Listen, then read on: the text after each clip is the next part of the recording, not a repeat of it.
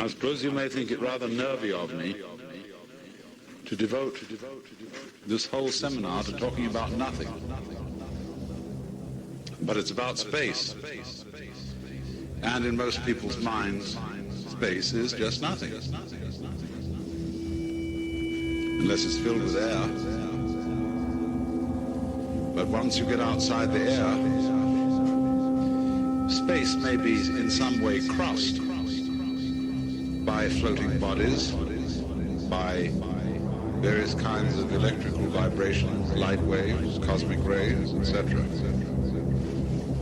But since the Michelson-Morley experiment, which seemed to prove conclusively that there wasn't any such thing as ether, some kind of attenuated fluid through which light was propagated, space is just isn't there.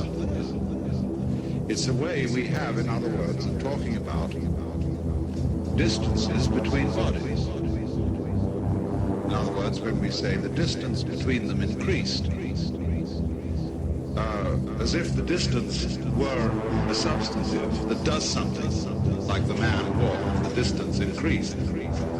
But I suppose what we're actually saying is that the two bodies we're talking about increased the distance between themselves. They did it. But then you suddenly find that you've got distance as an object. They increased the distance now being the object of the verb, whereas before it was the substance, the subject. And so once one begins to see there's something fishy about space. And after all, it is the background against which we see everything. And even a blind person has a sense of space in that which does not obstruct motion. And yet, the funny thing about space is that in a way it doesn't end where a solid begins.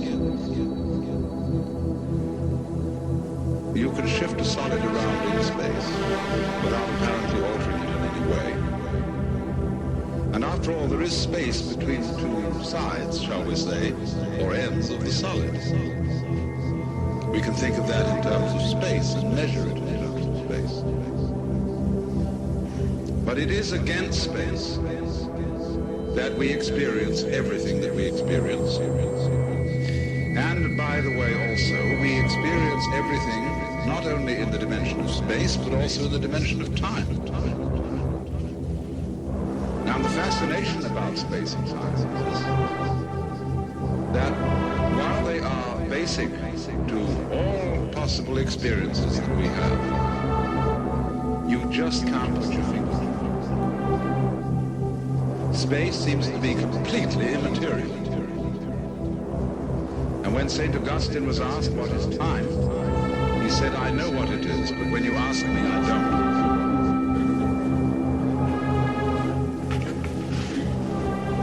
So these two basic dimensions of our physical world are uncommonly elusive. We could perhaps say that they are pure abstractions. There is no such thing as space, and there is no such thing as time. They are merely our way of measuring and thinking about the behavior of the physical universe as a pattern, a system of patterns, energy patterns. And if you measure the movement of these patterns, the line along which you measure the motion is called the timeline. If you measure their positions, the line along which you measure their positions you would call the space line. And these two lines would be as abstract as the equator in relation to longitude 0. These things don't exist on the physical face of the world. They are imaginary lines and are only to be found on maps. Could you also say that the same thing was true of time and space? We think, for example, that there are 3 coordinates of space and 1 of time. The 3 coordinates of space being length, breadth, and depth. And through that runs 1 of time. But come to think of it, it's rather artificial. It is making us think of space as having a sort of grain to it, as if it were a crystalline substance. And however transparent the crystal, it does have a grain. And space has the grain of up, across, and through. Those are the 3 ways in which we think of space. And we can't think of any more. Not with our senses. We can mathematically conceive spaces with infinitely many dimensions. That is to say, you can write it down as if it were so, but you can't conceive it in your imagination. You can draw, it's great fun to draw, a 4-dimensional cube having 4 spatial dimensions. It's called a tesseract. And a tesseract is a good word to apply to a person who is ultimately square. 4-dimensional square. But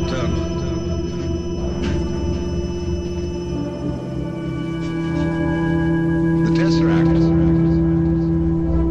you see the minute you draw it, that obviously you can't have more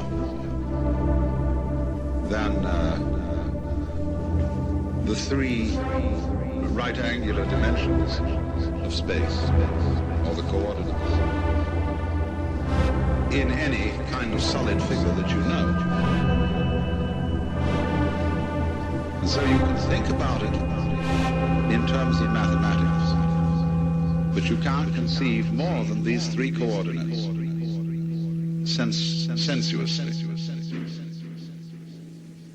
And so we begin, it's basic common sense to us that space has this structure.